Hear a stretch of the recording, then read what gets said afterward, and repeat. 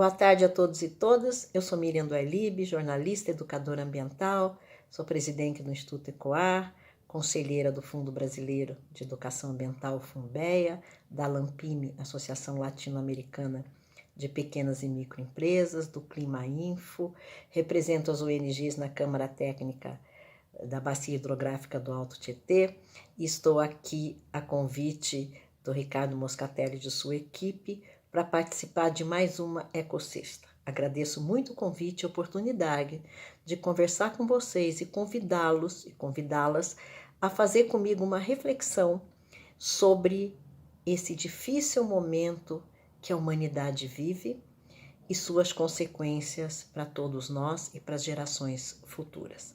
O primeiro ponto que eu gostaria de abordar é o nosso paradigma civilizatório. Esse modelo de desenvolvimento que foi adotado pela sociedade ocidental, mas que rapidamente se espalhou para todo o mundo, ou para quase todo o mundo, esse modelo é baseado na ciência do século XVII, do século XVIII, numa visão linear, fragmentada de mundo. E, portanto, ele é um modelo predatório, ele é um modelo excludente, ele é um modelo antidemocrático, ele é um modelo verticalizado. É um modelo que vê a natureza como a grande provedora de recursos, recursos que podem ser explorados infinitamente pela humanidade para o seu bem-estar, para o seu progresso, ou melhor dizendo, para o bem-estar e o progresso de uma parte da humanidade. A ciência do século XX, a ciência especialmente da segunda metade do século XX, já demonstrou que esta visão linear de desenvolvimento, essa visão fragmentada de desenvolvimento é equivocada, porque a Terra é um sistema vivo, é um planeta vivo e, portanto, ele reage, ele tem reações a todo e qualquer impacto que sofre. A ciência provou isto, mas a gente já sabia, as sociedades tradicionais já sabiam, as nossas sociedades indígenas já viviam e até hoje vivem de acordo com esses preceitos, com esses padrões, com os ciclos, os fluxos da natureza. Nós, a partir da adoção desse modelo civilizatório, especialmente depois da segunda Revolução Industrial, 1750, que foi cada vez se acirrando mais, né? E particularmente a partir de 1950, pós-Segunda Guerra, quando o estímulo ao consumo virou uma prática muito grande para que os países pudessem se recuperar, não é, de suas economias debilitadas, foi tudo planejado meticulosamente, o incentivo ao consumo. Esse incentivo ao consumo nunca parou. E assim, nós cada vez consumimos mais. E não apenas porque a população cresceu muito. Na verdade, nós éramos 2 bilhões de pessoas no começo do século XX. Hoje, nós somos 7 bilhões e 200 milhões.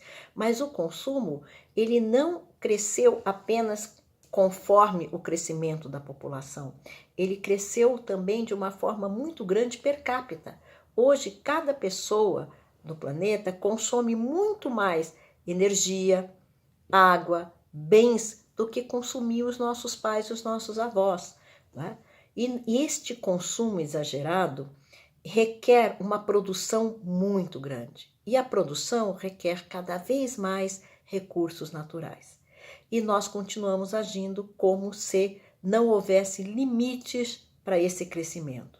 Só que desde da segunda metade do século XX, como eu já disse, nós já sabíamos que isso não seria possível. Tanto que em 1971, o MIT, que é o Instituto Tecnológico de Massachusetts, muito prestigiado à época e também até os dias de hoje, o MIT lançou um documento chamado Limite do Crescimento, em que ele provava que não era mais possível continuar crescendo indefinidamente e recomendava fortemente aos países que limitassem esse crescimento. Obviamente, isso não foi seguido e esse processo só se acirrou e só cresceu a enésima potência. E nós fomos destruindo, queimando florestas, poluindo as nossas águas, destruindo as nossas matas ciliares, poluindo o solo, tornando o solo cada vez menos agricultável, fazendo que o ar ficasse não só poluído, né? Não só com partículas de poluição, mas também nós aquecemos o clima do planeta. Nós adensamos tanto o nosso efeito estufa, com o lançamento de gases como o dióxido de carbono, gás metano, óxido nitroso e tantos outros, que nós aquecemos a temperatura da Terra já em mais de 1 grau, e todos os estudos nos mostram que esse aquecimento deve chegar a 3, 4 graus, pode chegar até a 5 graus acima da temperatura média da Terra, se nós não interrompermos este fluxo. Nós já chegamos a um ponto que a ciência considera um ponto de não retorno. Eu sempre brinco e digo que nós já estamos passando cheque sem fundo há muito tempo. Esse modelo, ele é absolutamente insustentável. Houve várias tentativas de modificar esse modelo. Tá? Nós tivemos, a partir da década de 1990, já em 1992, a ECO 92, foi a maior conferência sobre meio ambiente e desenvolvimento que aconteceu no planeta. A partir dessa época, nós assinamos muitas convenções, nós fizemos muitos congressos, muitas leis, muitos tratados internacionais, no sentido de transformar esse paradigma predatório e excludente em um modelo de desenvolvimento sustentável, um modelo de desenvolvimento que respeitasse as leis da natureza e que respeitasse todos os seres vivos que conosco compartilham esse planeta. Durante algum tempo, essas medidas foram até implementadas por alguns países, por alguns estados, por algumas empresas, etc. Fizemos os Objetivos de Desenvolvimento do Milênio, fizemos depois os Objetivos do Desenvolvimento Sustentável, e mesmo num ritmo muito aquém do que era preciso, estávamos vendo avanços significativos. Estávamos vendo acordos como o Acordo de Paris de 2015, por exemplo, que são acordos em que os países se obrigam a diminuir as suas emissões de gás de efeito estufa. Estávamos vendo a eclosão de matrizes energéticas limpas, mesmo aqui no Brasil, né, que a gente já tinha a matriz hidráulica, mas também começamos fortemente a adotar a matriz eólica, né, e alguma coisa de solar. Vimos a China, né, começar a transformar sua matriz energética, criando a maior usina hidrelétrica do mundo, a de Três Gargantas, e também investindo fortemente na energia solar. Então, parecia que nós íamos para um caminho menos turbulento, que nos permitiria ganhar um tempo para que novas tecnologias pudessem nos ajudar a viver de uma forma mais sustentável no planeta. No entanto, nos últimos 5 anos, digamos assim, nós tivemos um enorme retrocesso.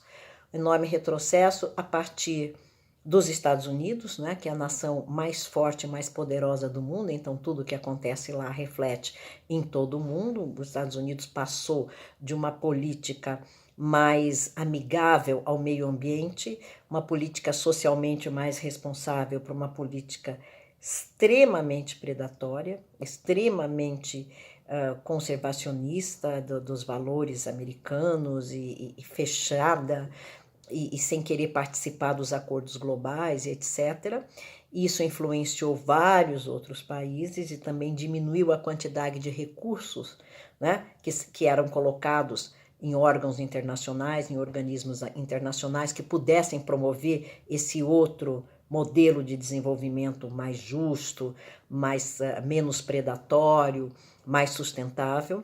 E também nós tivemos um enorme retrocesso aqui no Brasil. E o Brasil é um país da maior importância, não porque ele seja uma potência econômica, estamos longe disso, mas porque ele é uma potência ambiental. Nós somos um país mega biodiverso.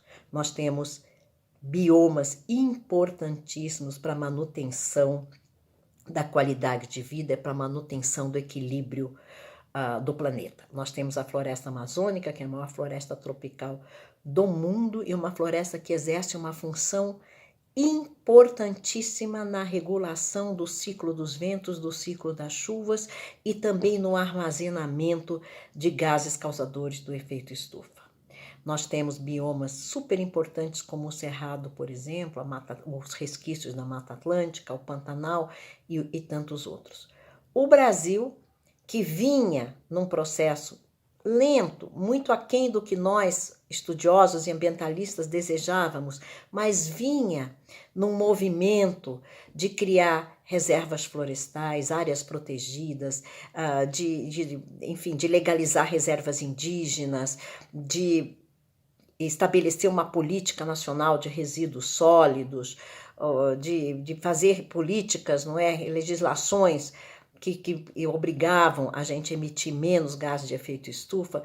Essas políticas foram totalmente interrompidas nos últimos anos. Nós elegemos um governo que tem uma visão absolutamente predatória, uma visão calcada em modelos desenvolvimentistas da década de 1970. Então, lamentavelmente, os poucos avanços que tivemos e que foram conseguidos com muita luta, com muita campanha, com muita participação da sociedade civil, né, com muito empenho, essas pequenas vitórias que nós conseguimos, nós as estamos perdendo. Não é só que elas foram interrompidas, que esse caminhar rumo ao paradigma de sustentabilidade foi interrompido, nós estamos tendo retrocessos muito importantes. E isso é muito grave para nós brasileiros e muito grave para toda a humanidade por conta do equilíbrio ecológico que o Brasil, com sua mega biodiversidade, significa. Passemos agora para o segundo ponto que eu quero abordar, que é a pandemia. Bom, a pandemia, essa pandemia que nos assola, que nós só tivemos uma similar em 1918, que foi a gripe espanhola, essa pandemia causada por um vírus, infelizmente, ela não é a primeira e não será a última. Porque nós temos, a continuar com esse processo predatório, nós teremos inevitavelmente outras pandemias, talvez muito mais graves. Vamos olhar para a floresta amazônica, essa floresta que a gente teima em queimar, em desmatar, em ofender, em poluir as suas águas com mercúrio, por atividades de garimpo ilegal, atividades de extração de madeira ilegal, atividades que não deixam nada, que não rendem nada para o país, absolutamente nada, apenas conspurcam a nossa natureza, apenas destrói esse que é o maior capital que o Brasil tem, que é o nosso capital natural. Na Amazônia, existe, segundo um cientista brasileiro extraordinário, de grande renome, o professor Carlos Nobre. O professor Carlos Nobre afirma que existem milhões, bilhões de micro-organismos que vivem em perfeito equilíbrio na floresta amazônica.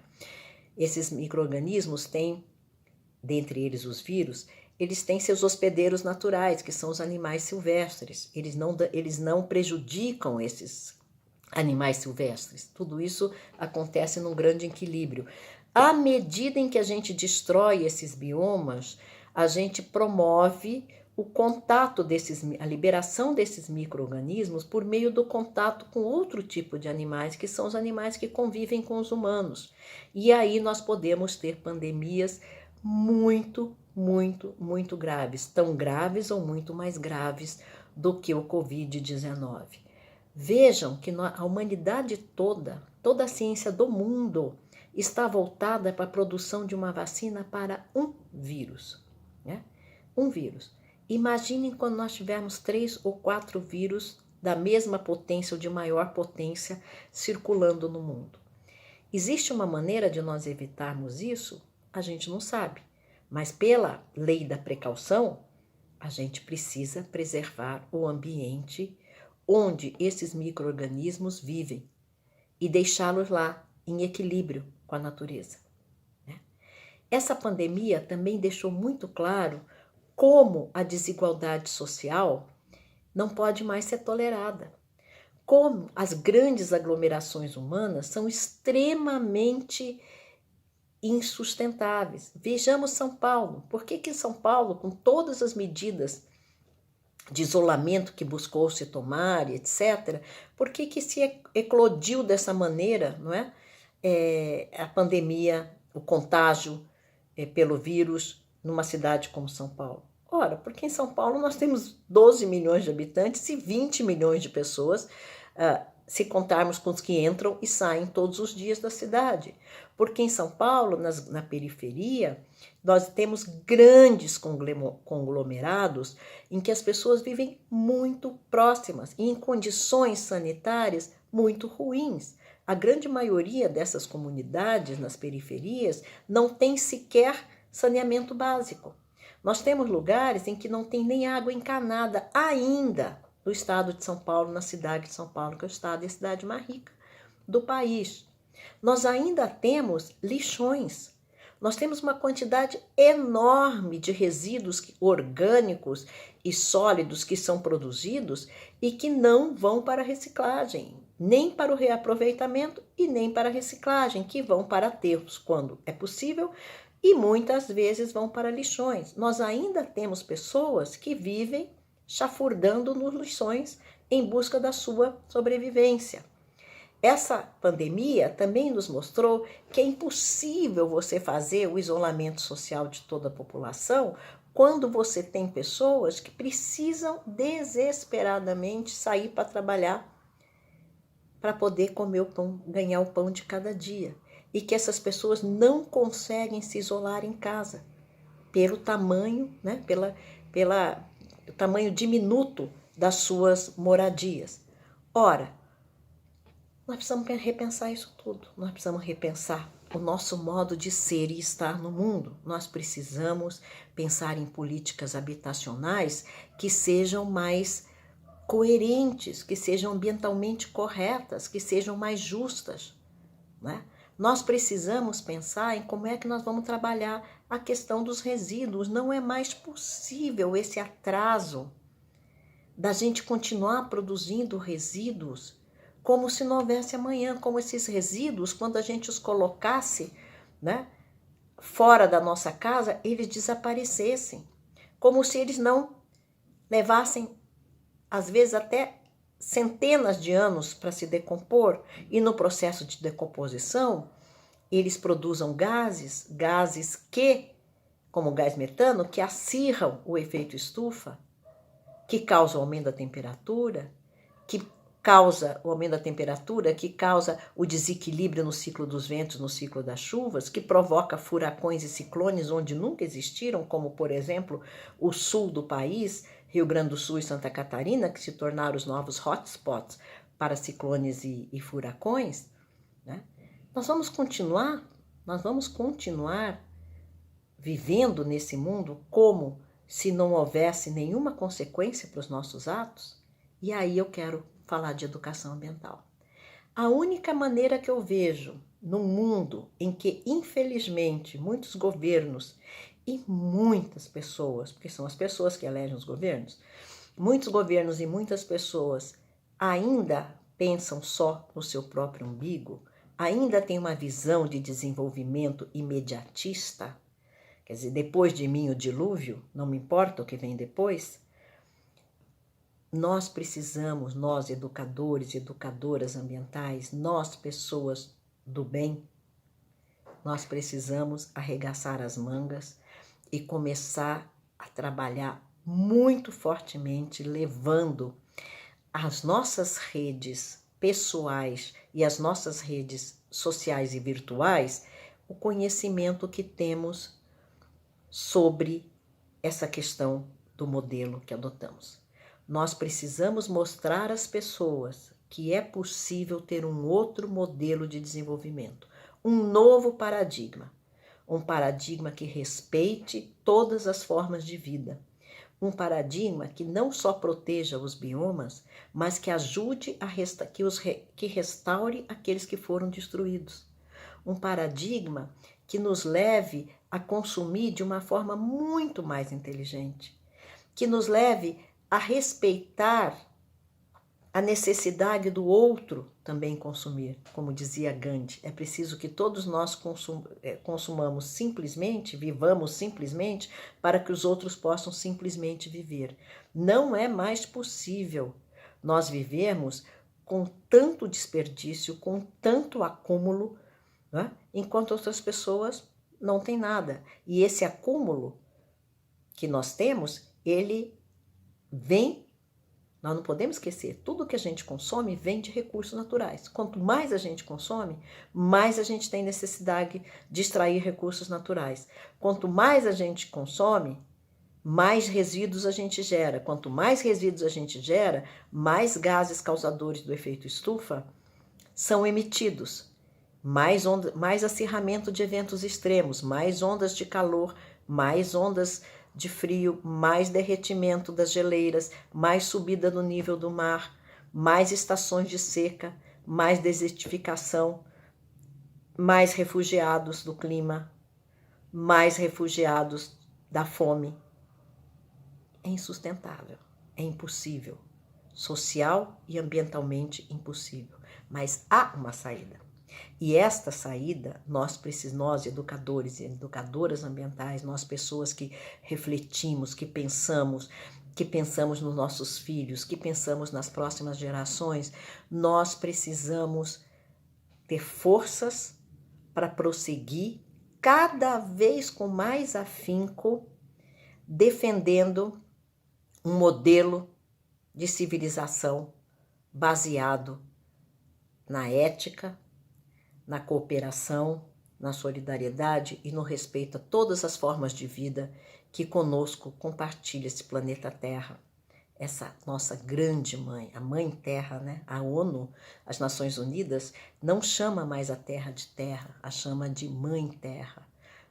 Os antigos, os indígenas, a chamam de Pachamama, a Grande Mãe. Ela nos acolhe, ela nos alimenta, ela nos nutre e nós não temos o direito de destruí-la. Nós somos a única espécie que se destrói, que ameaça e que vem destruindo sistematicamente o equilíbrio cósmico, tecido há mais de 4 bilhões de anos pela natureza. A vida existe há pelo menos 4 bilhões e meio de anos. A nossa vida é muito recente, a vida da nossa espécie. Qualquer dia, a Terra se coça e nos joga para fora, como fez com tantas outras espécies que já surgiram e que já desapareceram. Nós precisamos ser mais responsáveis, mais amorosos, mais cooperativos e entender que um outro mundo é possível. Um mundo mais justo, mais solidário, mais sustentável e, por isso mesmo, muito mais feliz.